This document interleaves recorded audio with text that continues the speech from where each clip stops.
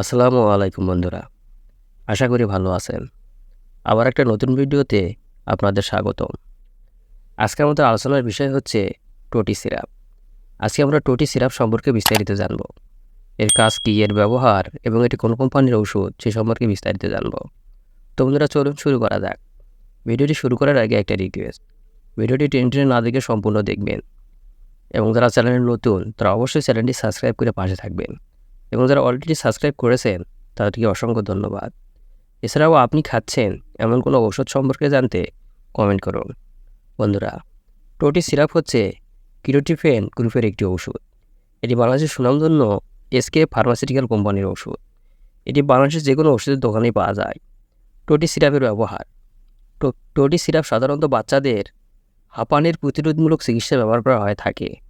এছাড়াও অ্যালার্জিক অবস্থায় যেমন রাইনাইটিস এবং কনজাংভাইটিস এর লক্ষণমুক্ত চিকিৎসায় ব্যবহার করা হয়ে থাকে। নিউরোফাইব্রোমাজনিত চুলকানি, ব্যথা এবং স্পর্শ, অসহানুভূতি ইত্যাদি উপসর্গে এটি ব্যবহার করা হয়ে থাকে। অ্যালার্জি যেমন হে ফিভার, আর্টিকেরিয়া, লবণযুক্ত চিকিৎসায় এটি ব্যবহার করা হয়ে থাকে। একথা এটি বাচ্চাদের হাঁপানি প্রতিরোধ এবং কাশিতে এই টোটি সিরাপ ব্যবহার করা হয়ে থাকে। টোটি সিরাপের মাত্রা ও সেবনবিধি। পূর্ণবয়স্ক সাধারণভাবে 1 মিলিগ্রাম করে দিনে দুইবার খাবারের সাথে সেবন করতে হবে।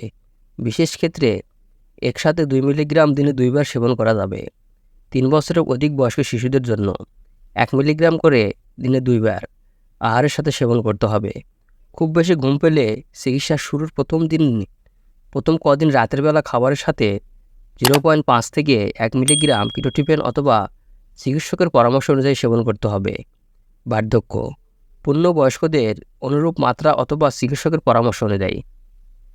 প্রতিনির্দেশনা: যে সকল রোগীদের এই কিটোটিফেন গ্রুপের প্রতি অতি সংবেদনশীল রয়েছে তাদের ক্ষেত্রে ব্যবহার করা যাবে না।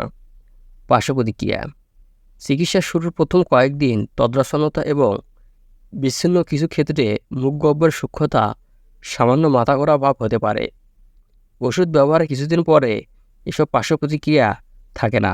তো বন্ধুরা, এ ছিল টোটি সিরাপ সম্পর্কে আজকের ধারণা। ভিডিওটি ভালো লাগলে লাইক, কমেন্ট এবং সাবস্ক্রাইব করতে ভুলবেন না।